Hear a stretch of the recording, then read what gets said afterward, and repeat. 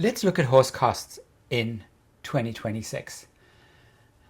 The number that's about to break people. A basic riding horse now costs more to keep than most people's car payment. And that number's only going up, and nobody's talking about it. Everyone thinks that buying a horse is the most expensive part, and it's not. Buying the horse is only the visible cost. You still have the hidden costs. This is Horse Money Daily, where we look at the business and money and reality behind the horse world. Let's start off with the expensive show jumper, because being at the top is kind of really where the numbers are quite absurd. A true show jumper, a horse that can walk into any Grand Prix ring and actually compete, is not a horse you buy. It's a financial position you take on. We're not talking about a nice riding horse here. We're talking about a horse that is sound enough, brave enough, careful enough to jump a meter 150, meter 160 track. That horse has already won the genetic lottery, and somebody is going to charge you for it. A competitive show jumper, depending on the age, record, and bloodlines, runs anything from the high five figures to well into the seven figures. A proven Grand Prix horse can clear $500,000 quite easily, far more than what a people's house is worth. But here's the part that nobody says out aloud. The purchase price is the cheapest part of owning that horse. Let's take a look at the monthly grind. Once you own the horse, the real math starts. Board at a serious show barn with footing and staff, the proper turnouts, runs a couple of $1,000s a month. Training, because a horse like this needs a professional on it almost every single day, is another few thousand. And then of course you have the farrier, the vet, the supplements, the body work, the chiropractor, sports medicine. You still got to factor in your truck and your trailer and the fuel costs. And then of course there's hotel rooms and entry fees, and then grooms, day rates. Before most riders ever compete against the clock, they're already competing against their checkbook. One horse is expensive, but multiple horses are where the top riders really separate themselves, and that's a different conversation for a different video. Now let's look at the dressage area of the sport. And for most people, think there's a cheaper version to the show jumping deal, and that obviously would be dressage.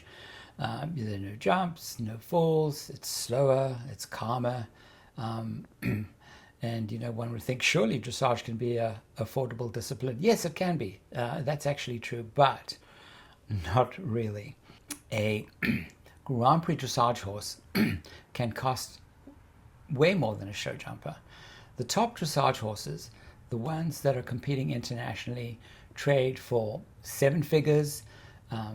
Their monthly cost to keep one in full training is almost exactly the same as it cost if you would be at a jumping barn. The training is a little more specialized.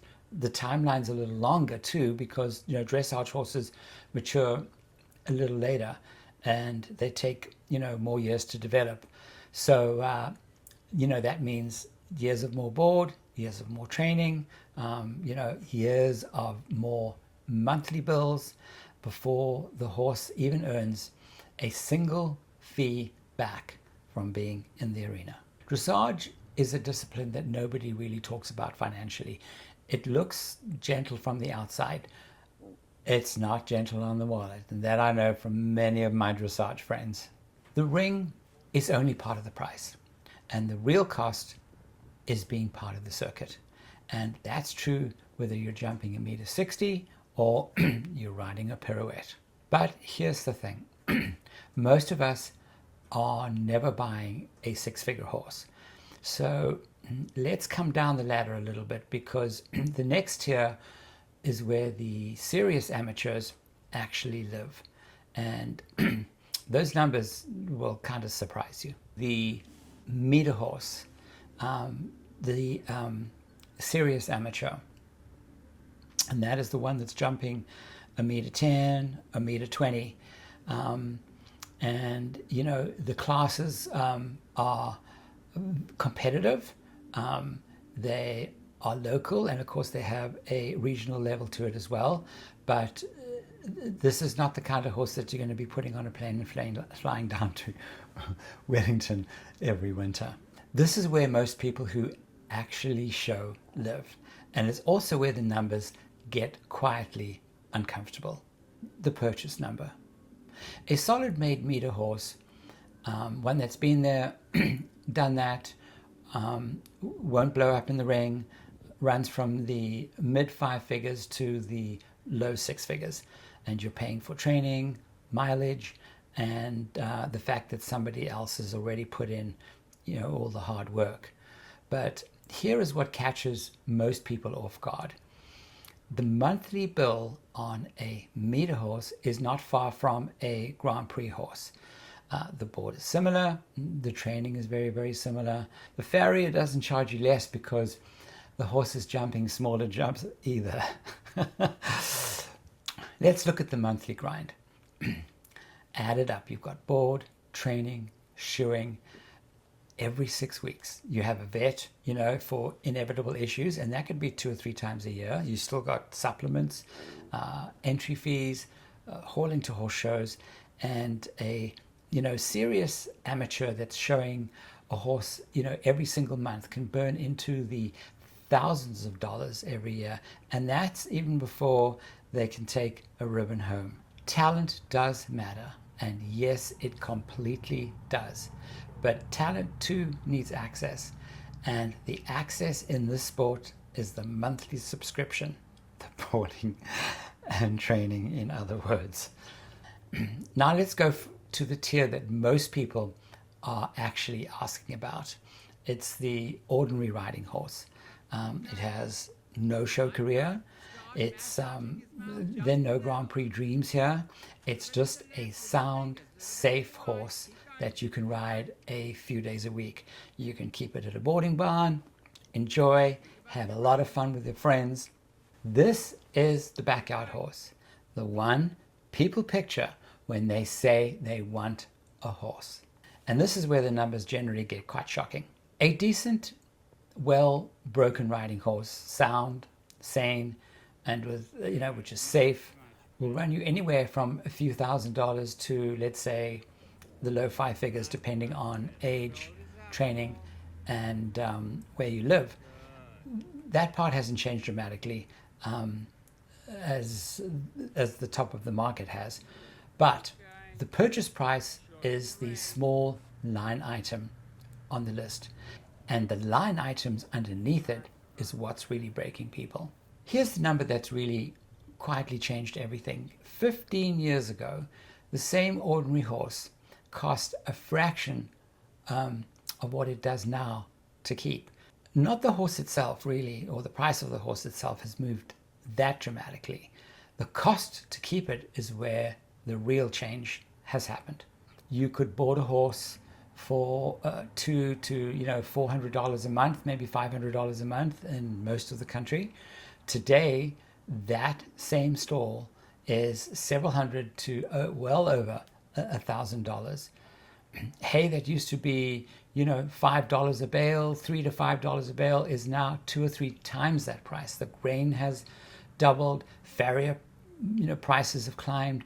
Insurance, if you carry it, has climbed as well. A sport that was expensive 15 years ago has quietly become something else. And a sport where the monthly cost, not the purchase price, is the wall that keeps most people out. The most expensive part of owning a horse is not the horse. It may not be the training. It may be the future that was quietly traded away, the savings, the other goals that you had in your life, the life that you were building, perhaps together with somebody or whatever you were doing. But, that slowly got reallocated to board costs, training costs, vet bill costs, and extra turnout fees. Here is the part that nobody tells you when you buy the horse. They'll tell you the purchase price. They don't tell you what it costs to keep that dream alive, month after month and year after year. So, how come all this really happened? And it's not one thing. It's everything moving together at once. Feed and hay prices have gone up together with, and because of the fuel and fertilizer prices. Insurance has gone up because of the broader market.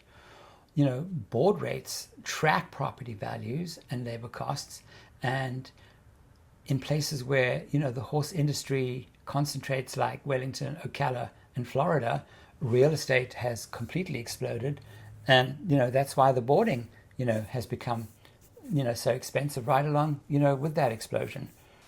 The professional side of the sport has grown too. It's become way more professional. The training has become a lot better. The management systems are far better. The horses are a better quality, and all of this quality has a price tag attached to it. A sport that used to have room for the middle is now squeezing it out from both ends. The top has become way more expensive, and the bottom end has become way more expensive. So you can get to an area and you say, well, so what? But here's what I actually want you to take away from this. A dream should add something to your life. It should not require you to surrender your entire life for a life you possibly could have had. Owning a horse is one of the greatest things you can do, the biggest pleasure I've ever had in my total life. But you have to go in it with your eyes open, knowing what the real monthly numbers are, not just knowing what a sticker price is. Those people who get really hurt in it are the ones only heard of the purchase price. You really must do your homework and see what it costs 6 months, a year, 2 years, that kind of thing. What tier are you in? What did your horse actually cost you this month? And what did your horse actually cost you for the whole of last year? This is Horse Money Daily, where we look at the business and money and reality behind the horse world. Thank you so much for watching. Please like and subscribe, and we'll see you later.